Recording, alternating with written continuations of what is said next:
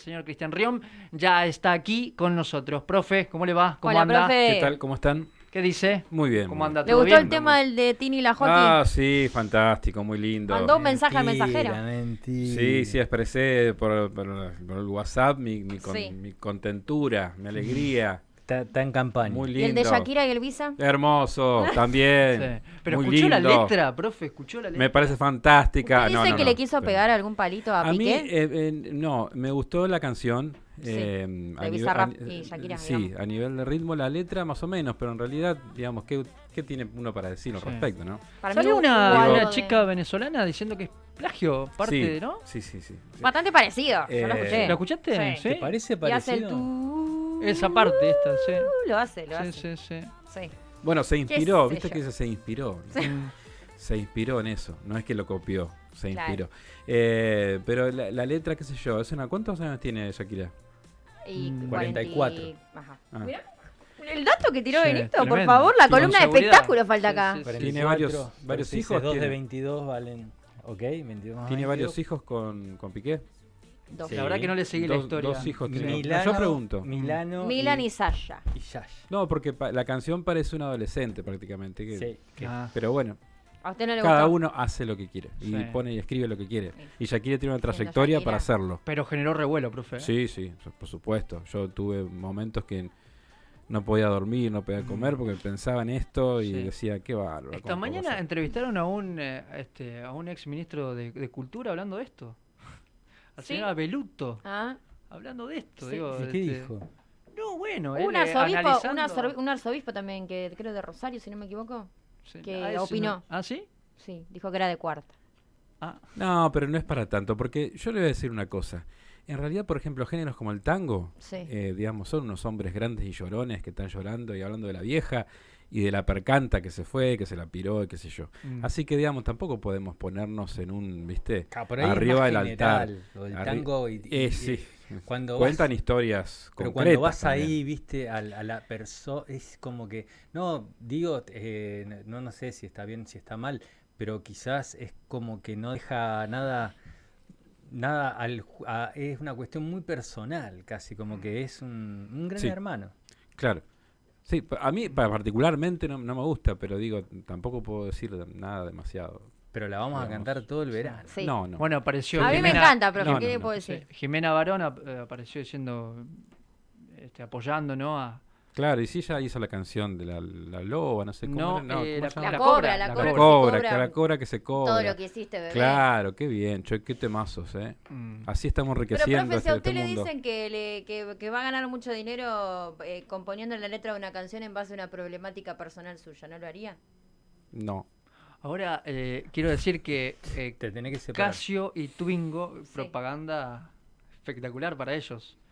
En realidad no ¿Cómo tanto, pero usufructuaron, no? pudieron Claro. ellos la pudieron tomar, digamos, en realidad no, porque lo descalifican el tema. Sí, claro, claro. Aparte claro. de eso, digo. Pero ellos lo tomaron para... Le tengo una gran simpatía a Casio, yo no puedo estar de ese lado, digo. A mí el Twingo es un auto que me encanta. claro. Me parece adorable. Ponerse al lado del Sacaban, Rolex. sacaban al lado la del diferencia del Rolex y el Casio. Claro, Le dice sí, el sí. Rolex, dice, vos te metés en la pileta y no, no, se te moja y no sé, viste, No que anda se te más. pueden robar, qué sé yo. Después lo tenía que mandar a arreglar a Suiza, Ahora, qué sé Te yo. en cortan nuestra la infancia, el que tenía un Casio era Capo. Ah, Al revés era, porque claro. teníamos esas marcas. Claro. Bueno, No me acuerdo cómo se llamaban. 31 minutos ya pasaron de la hora 16. Acompáñeme, profe, a saludar a Jorge Elbaum, que es periodista Jorge, y sí, gran sociólogo. Y periodista. realmente es un gusto para nosotros volver a charlar con él. Jorge, buenas tardes. Martín Esperati y todo el equipo de Un Día Perfecto aquí en Solplay en Santa Fe. ¿Cómo te va? Hola, ¿qué tal? Buenas tardes, muchísimas gracias por el llamado. Bueno, gracias por estar, Jorge. Gracias por estar allí. Sé que tenés una agenda muy, muy apretada y tuviste la deferencia con nosotros. Tenemos varios temas, Jorge. Voy a comenzar hablando de Brasil, preguntándote, mejor dicho, ¿qué viste la semana pasada respecto de este vandalismo organizado allí en Brasil? Y digamos si esto tiene que ver con algo premeditado. A ver, contame qué estás viendo de todo esto. No, lo que se ve claramente es que los sectores de la derecha en América Latina tienen una tentación muy fuerte hacia la violencia y hacia el golpismo.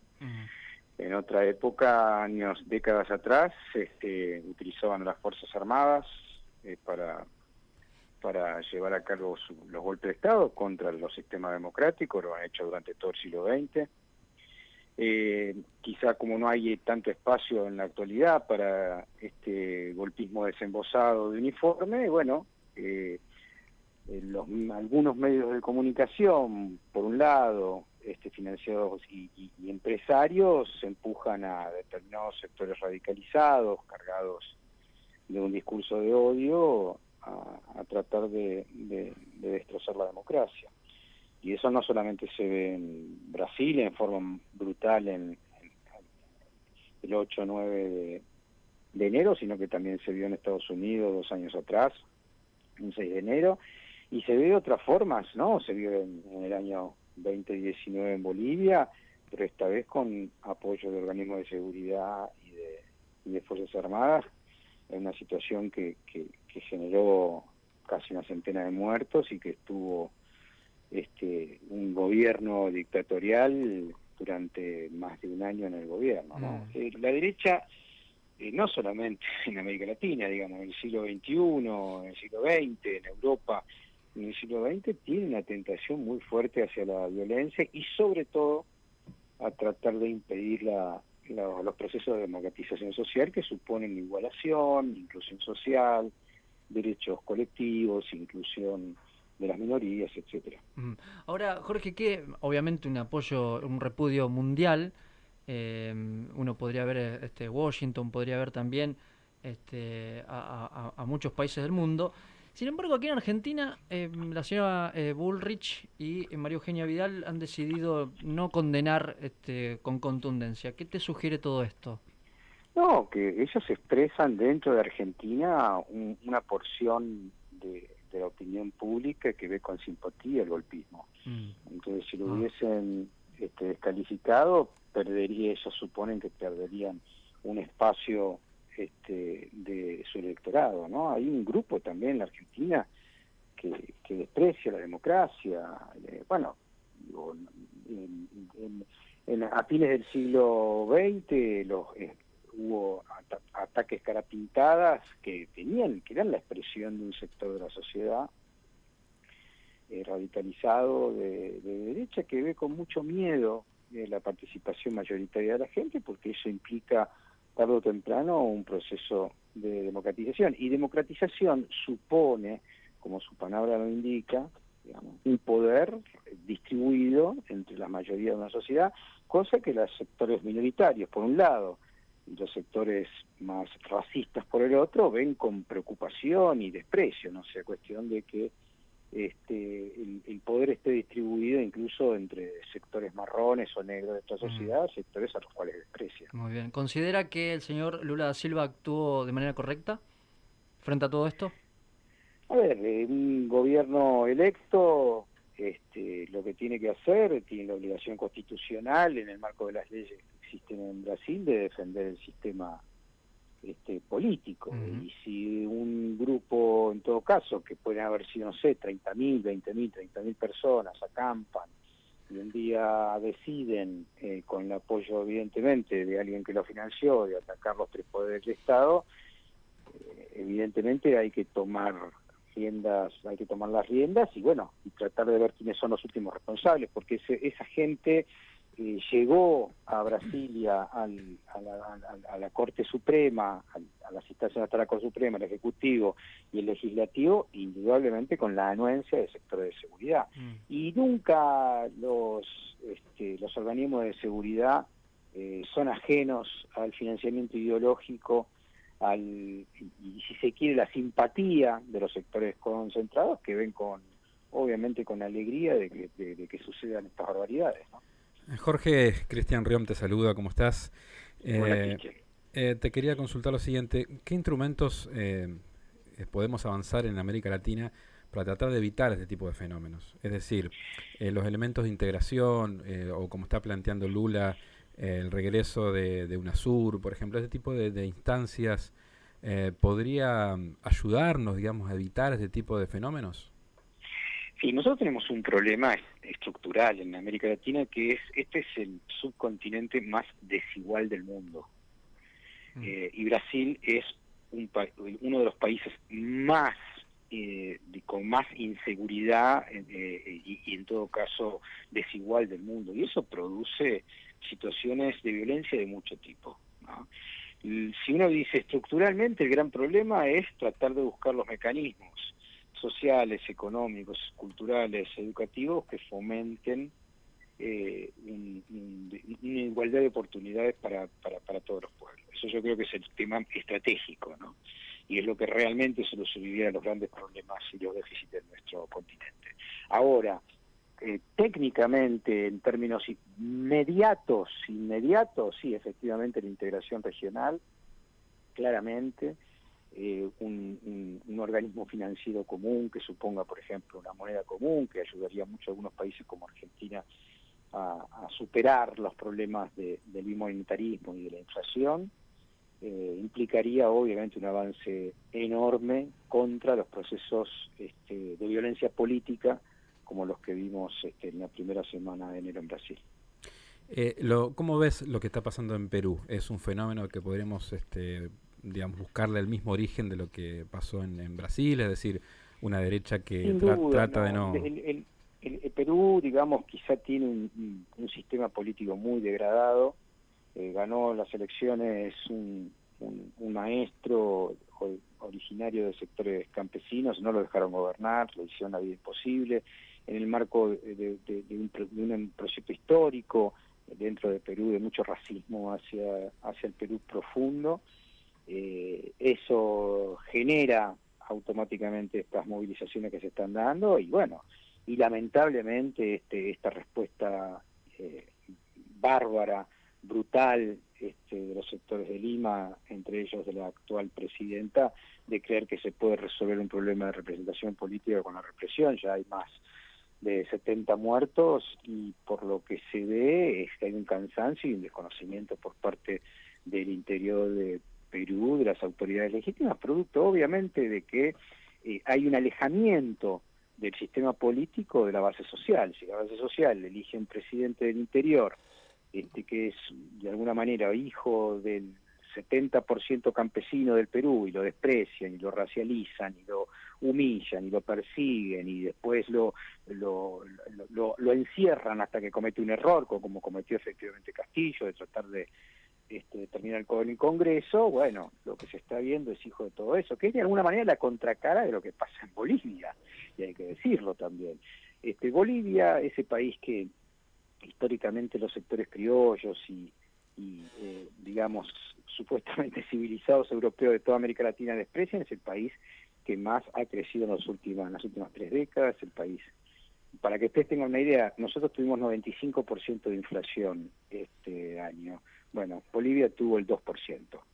Es el país que más trabaja por la democracia, que más inclusión social tiene, que más desarrollo económico tiene, que ha nacionalizado el litio, el gas, etcétera, y bueno, beneficia a las mayorías, y es la contracara de Perú, el sistema de que lo quieren destruir justamente porque destruye los privilegios, y bueno, se defiende, entre otras cosas, por ejemplo, encarcelando nada más y nada menos que al gobernador de la provincia más fuerte, del departamento más fuerte de Bolivia, Camacho, por ser corresponsable junto con Áñez del golpe de Estado del 19.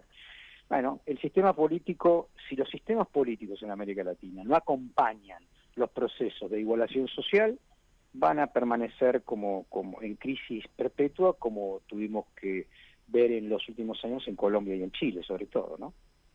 Esto, los analistas no somos adivinos, ¿no? Pero lo que hablabas sobre el futuro y cómo condiciona, ¿no? ¿Cómo ves el futuro político y social de la Argentina? Bueno, qué pregunta fácil me das para el... Sí. Sencilla. Cortita, ¿no? En 2 palabras. Sí. No, a ver, Argentina es parte de este fenómeno que yo describo para América Latina, con particularidades como cada uno de los países. En Argentina, en moda de lógica trumpista como Bolsonaro, aparece una ultraderecha neoliberal digamos, en Argentina en formato Milei, digamos, pues podría ser cualquier otro. Eso es un fenómeno internacional, tiene su expresión local y tiene como peligro, más allá de las posturas individualistas, egoístas, antidemocráticas, que en realidad combaten lo público y que buscan y que defienden los intereses de las minorías. Más allá de eso, supone un desprecio de la política como construcción colectiva de la ciudadanía, ¿no? La política, no solamente en la Constitución argentina, sino como concepto de la modernidad, es el lugar de debate donde hay diferencias y consensos, ¿no? Esos dos elementos están presentes desde Maquiavelo para acá. Digamos, la política es luchas y acuerdos, ¿no? Las dos cosas, no son ni una sola ni la otra, ¿no? Tiene que haber las dos cosas porque la política es, en todo caso, el debate público apoyado por mayorías, en todo caso. Bueno, lo que sucede con quienes como Milei, Trump o Bolsonaro, o qué sé yo, o Meloni en Italia, o algunos otros responsables de la ultraderecha europea, lo que es, defenestran lo político. Lo político es una mala palabra, los políticos son una casta, y entonces cuando lo político es insultable y no sirve, ¿qué queda? Quedan dos actores, queda el mercado, por un lado, o los militares, o la fuerza bruta, ¿no? Pensaba, Jorge, perdón que sí, te haga un sí. pequeño paréntesis allí, Sí. en esto de las castas. Hay castas que son empresarios y empresarias también en este país. Sí, el concepto de casta es verdad lo que decís, es correcto. ¿Qué es una casta, digamos? Es una palabra que viene básicamente de una forma de organización social de la India, que son núcleos fijos que no se pueden vincular unos con otros, ¿no? Por ejemplo, en la India, más allá de que hoy está en crisis eso, pero todavía existe, está la casta de los intocables, ¿no? Que son el 50% de la población, que son los pobres, que no se pueden vincular con otras castas superiores, etcétera, en el marco, obviamente, de una organización cuasi religiosa, del hinduismo, etcétera. La casta está utilizado y fue puesta nuevamente sobre en la agenda pública por Milei para hacerle creer a la sociedad de que existe solamente castas en lo político. Y castas efectivamente existen en el Poder Judicial, existe entre los empresarios. No todos los empresarios son parte de una casta, no todos los políticos son parte de una casta, no todos los sindicatos o los representantes sindicales son parte de una casta, pero efectivamente hay castas dentro de todos esos actores. Sin duda, ¿qué es una casta? Alguien que es inamovible, que no tiene, que no se puede debatir, que está permanentemente. Cavalieri, digo, como representante sindical del gremio del comercio, es parte de una casta, indudable, un tipo que está hace 35, 40 años, en el marco de prebendas, de imposibilidad de la democracia sindical, etcétera. Bueno, es parte de la casta sindical. A ver, nadie dudaría que la familia Macri es parte de una casta empresaria de nuestro país, que se hizo casta con la dictadura militar. El grupo Macri tenía 4 empresas en 1976, y cuando sale la dictadura tenía 43, ¿no? Es decir, tenía 40 más. ¿Cómo hizo esas 40 empresas en 6 años? Muy fácil, comprando voluntades, teniendo beneficios y funcionando en tándem con la dictadura genocida. Bueno, eso es parte de una casta. Ahora, por supuesto que en la política hay casta, sin duda. Ahora, es casta sí, solo sí lo mueve el interés de sobrevivencia como actor, pero no tiene ideales públicos, ¿no? Una casta política es algo que se mueve solamente para seguir siendo electo y no le interesa, y es pragmático en absoluto, y no le interesa el bien social o el buen público. Bueno, pero también en nuestro país, y hay que decirlo, hay actores políticos, militantes políticos, activistas políticos que no tienen nada que ver con una casta. Y si hay algo muy parecido a una casta de la política, no me cabe la menor duda que Milei sería uno de ellos, ¿no? Porque está articulado con el poder empresario, quien le paga el sueldo. Digo, es un empleado de las corporaciones y en realidad no tiene motivaciones más que defender esos intereses. Pero digo, el problema de fondo, creo, yendo, y perdón la extensión, pero yendo al tema central, es el peligro de que la política sea algo despreciable. Si la política es algo despreciable, solamente queda el espacio para el mercado, que organiza todo y por lo tanto organiza el servicio de los privilegios, o la violencia de la muerte organizada, que es las dictaduras militares. Bueno, wow. Pensaba también en la justicia argentina. ¿Cómo estás viendo? ¿Hay real división de poderes, digo? Porque la verdad que todavía que el Consejo de la Magistratura no se haya manifestado respecto al lago escondido, para mí es escandaloso. No sé si estás viendo algo al respecto, Jorge. Mira, yo creo que nosotros vamos a cumplir ahora este año 40 años de democracia, ¿no? Ininterrumpida, un periodo enorme en la historia argentina de un poco más de 2 siglos, ¿no? Y hay, digamos, 2 instituciones que atrasan un siglo. Una es el Poder Judicial y otros son los organismos de seguridad, ¿no? Y los militares, digamos, juntos. O sea, podemos decir 3 actores o 3 instituciones que atrasan.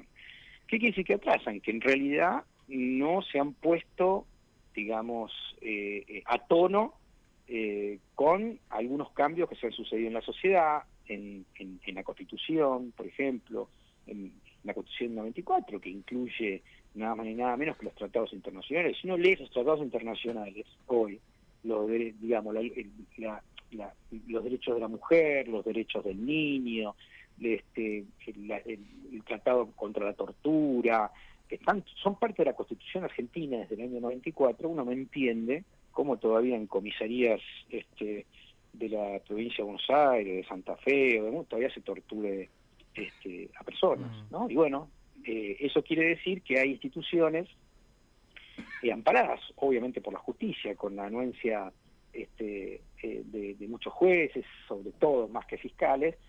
Bueno, la justicia argentina, tras 100 años, es un club de doble apellido que se nombran unos a otros, que se cuidan en el marco de una teoría del siglo XVIII, que es la factura contramayoritaria. Es decir, el Poder Judicial se organizó en Estados Unidos, y nosotros lo copiamos en la Constitución de 1853, en el sentido de que no lo elige el pueblo, lamentablemente, y que pueden defender los intereses de las minorías contra la voluntad mayoritaria. Bueno, eso que en algunos otros países empezó a ser más moderado, en Europa incluso, ¿no?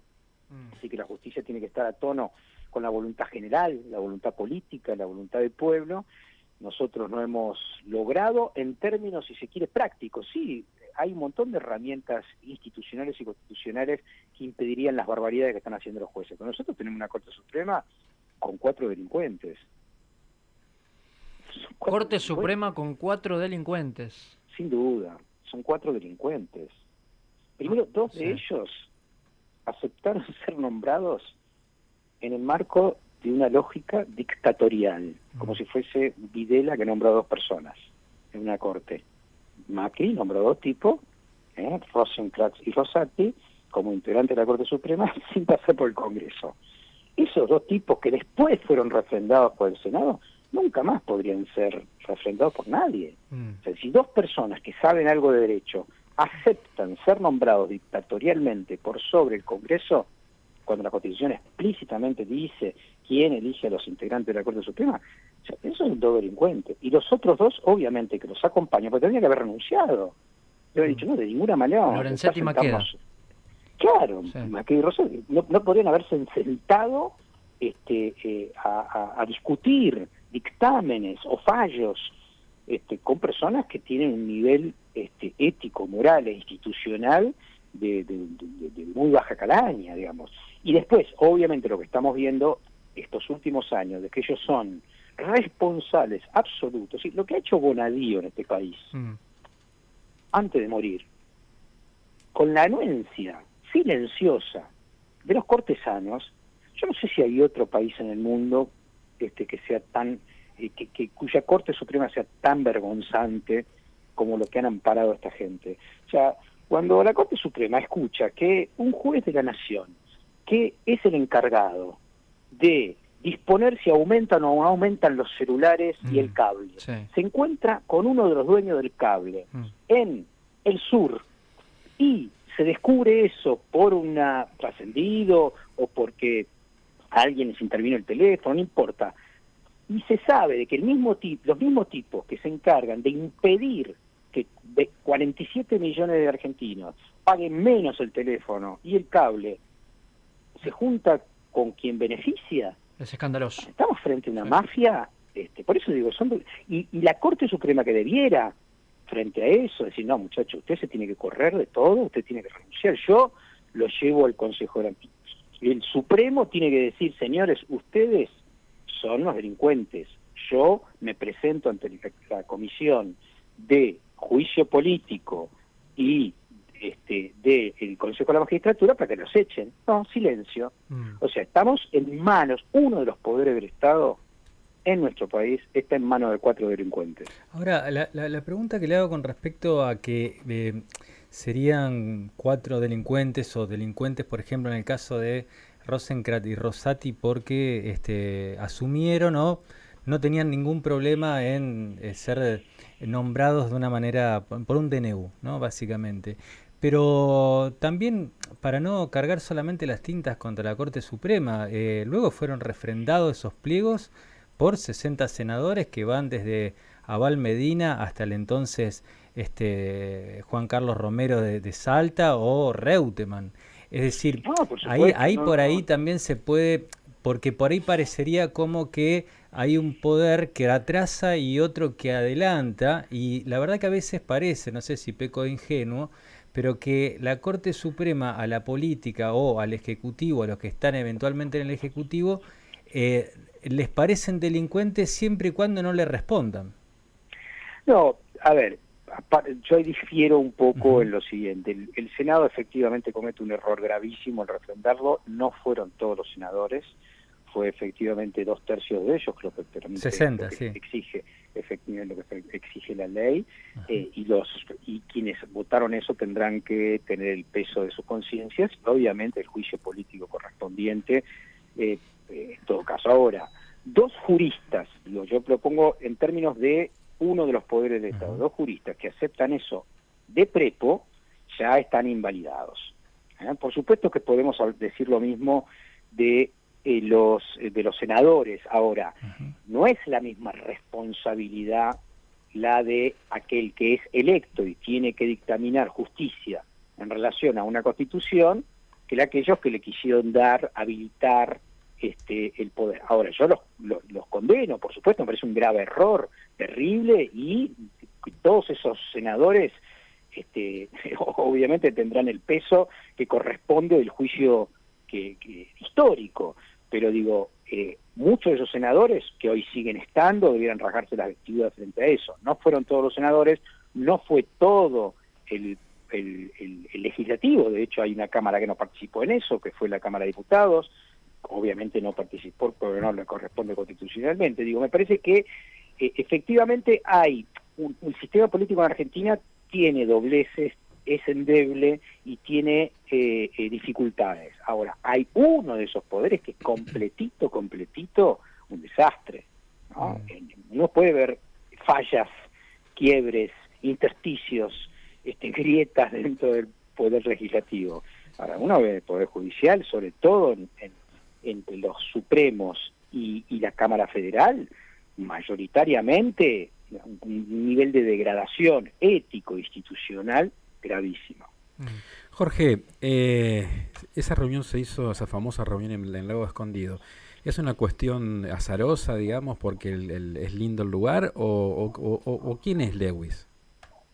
No, yo creo que ahí es muy claro, porque es muy simbólico de lo que se expresa en nuestro país en la actualidad. Lewis es la expresión de un poder, un suprapoder económico ligado a Estados Unidos y al Reino Unido, que tiene tierras y que no podría tener, porque existe una ley en Argentina que los extranjeros no pueden tener territorios de frontera, y sin embargo él lo tiene, que pone plata dentro de una provincia para incumplir fallos judiciales provinciales, obviamente que es una instancia casi de ocupación colonial o neocolonial, y que esa sea la sede, es coherente con el proyecto de la derecha en nuestro país, es absolutamente coherente.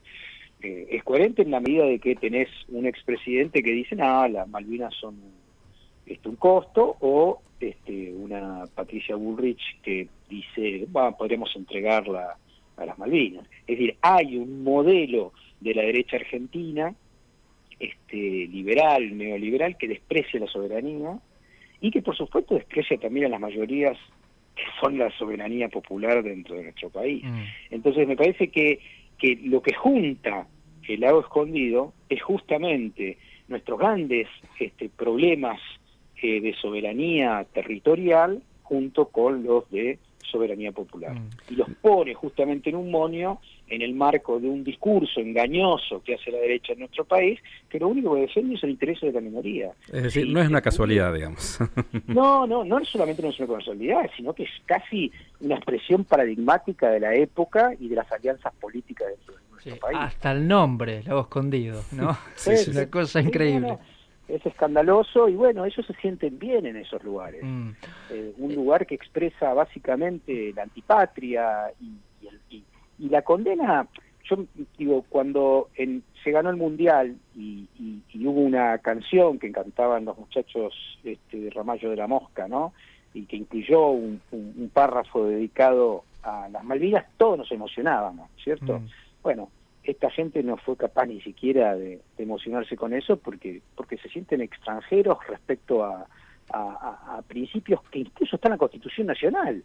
Y bueno, cuando fueron gobiernos fueron capaces de firmar tratados con el Reino Unido que hacían tabla rasa de esos derechos, ¿no? El Forador y Duncan, por ejemplo. Es decir, es todo tan claro. Simplemente lo que hay que hacer es, me parece, decirlo con claridad, no esconderlo y mostrarle a la sociedad de que acá hay un proyecto político que le da continuidad a una lógica neocolonial y otro que de alguna manera con sus fallas efectivamente, con sus contradicciones, con sus idas y vueltas, con diferencias al interior, lo que pretende de alguna manera es la inclusión de la grande mayoría. Jorge, última pregunta y gracias por habernos recibido. Jorge Elbaum con nosotros. Llegando a fin de año, me sorprendió un artículo suyo titulado Salsa Wolf, haciendo referencia a Waldo Wolf, que hasta hace poco era diputado nacional y que ahora está en las filas de Horacio Rodríguez Larreta. ¿Me cuenta este artículo de manera resumida como pueda, Jorge?